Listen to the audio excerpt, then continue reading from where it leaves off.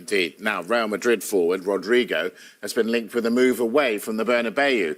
South American football expert Tim Vickery believes the Brazil international could leave Madrid if Xabi Alonso doesn't play him in his preferred position. Let's watch this space over the next couple of weeks, because this could be interesting. And Rodrygo has the Real Madrid dilemma, doesn't he? That it's hard for players to be top dog there. And he's so talented. He's almost absurdly talented. But someone has to do the hard yards. And, Jude Bellingham said last year that he considered Rodrygo the most talented of all of them and the one who has to sacrifice himself most for the side.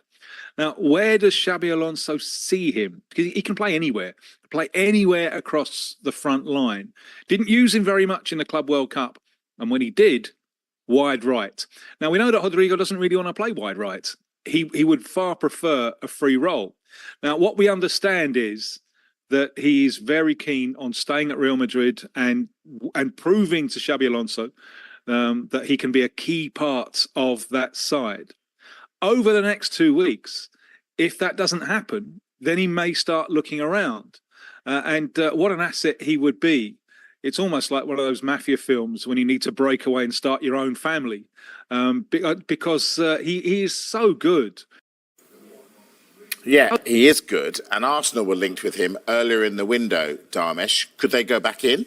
Look, let's be straight here, first of all, that the focus at Arsenal, after what's been a pretty impressive transfer window, I think we'll be talking about that in a moment anyway, is going to be on sales. Fulham have been in talks with Arsenal over Reiss Nelson. Stuttgart are still pursuing Fabio Vieira. It's understood suitable offers would be considered for the likes of Alexander Zinchenko, Albert Sambi Lokonga as well. Could they go back into the market? I think Arsenal are a club who, when they see a market opportunity, want to be in a position to be able to act if it is a big market opportunity. And I don't think it would get much bigger an opportunity than if Rodrygo suddenly became available in the transfer window. It would be one that would be later on in that window. But it is true that they have kept an eye on Rodrygo throughout this transfer window and just keeping an eye on his situation, because, as Tim Vickery mentioned there, it does look a little bit precarious with regard to him and Real Madrid. If he doesn't get his way and play in the position he wants,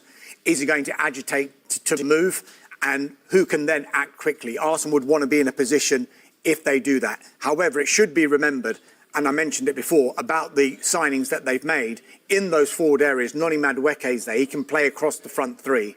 And Ethan Nwaneri is very, very soon expected to sign a new long-term contract. So it's not a case of they desperately need a player in that position. Maybe they want one, though. Indeed. All right. Dharmesh just mentioned Noni Madueke. He's just come on for Arsenal. They are playing Madueke via Emirates, currently losing 3-2. Nicola Pepe, former Arsenal player, scored against them. But Christian Norgard and a Martin Ødegaard penalty have got Arsenal in this 3-2 at the moment. Right. This is what I've been waiting for all the time. You two keep telling me, and you've told me all day, Arsenal have had a great window. I put it to you that the players they've brought in aren't necessarily an upgrade on what they had before. Rob Dorset, discuss. I think they are. I think they are an upgrade. I think Arsenal have had a fantastic window. But I think despite that, Liverpool, especially if they do Isak, will have had an extraordinary stratospheric window. And so the irony here is that I think Arsenal have had a brilliant window, and yet they may have lost ground in terms of squad strength on their nearest rivals from last season, Liverpool, who went on to win the title. If you look at Arsenal's strategy, I think it's pretty clear what they've been trying to do here. A goalkeeper, Kepa Arrizabalaga from Chelsea. A defender, Christian Mosquera from Valencia. Two defensive midfield players, because it's pretty clear that Arteta felt they were lacking in that department last season, with Christian Norgard from Brentford and Martin Zubamendi from Real Sociedad. A winger, Noni Madueke, we've just been talking about him, from Chelsea. And the jewel in the crown, a striker, which they've needed for 2 years or more, in Victor Gyökeres. Proven track record, 27 years old, straight out the box, ready to go and score goals in the Premier League. Let's pick a couple of those. Is Zubamendi an upgrade on Partey? Is Norgard an upgrade on Jorginho, for instance? Because it's been put to me, Dharmesh, that actually the floor has risen, but the ceiling hasn't at Arsenal. Well, if you look at clubs who are near the top of the league, they always strengthen when they are at their strongest. Now, Arsenal, however, rival fans will take the mick a little bit and sing the song Second Again. The fact of the matter is, when Mikel Arteta joined, they were finishing 8th. Now they are firm challengers for the Premier League title every single season. And if you look at what they've done in this window, Rob went through it there, but Kepa was a £70 million goalkeeper. He's going to be their number 2 goalkeeper. That's strength and depth, number 1 in the goalkeeping department. Mosquera, someone they look like they've seen as someone who is going to be good in the future, 21 years old. A central defender who is going to be great backup to Gabriel and to William Saliba. If you look at those 2 players, and Thomas Partey and Jorginho, they're in their 30s. They were getting on. They were into the final year of their contract. Arsenal were acting last summer about how they were going to replace these players. They wanted to bring in Zubamendi when Mikel Merino came in. Real Sociedad said, Merino now, you can't take both at this stage, but revisit that next summer, which is what they've done. I've said before, we're not going to see the proof of the pudding until they play. Zubamendi hasn't played in the Premier League before, but the fact is that a lot of big clubs have been after Martin Zubamendi. Liverpool agreed a deal with him. Real Madrid were interested in him. Arsenal have got him. So he can't be that bad. So that could be an improvement in their squad, in their team. Christian Norgard, fantastic Premier League experience, brilliant performer, captain of Brentford, comes to Arsenal, improves the squad, in my opinion.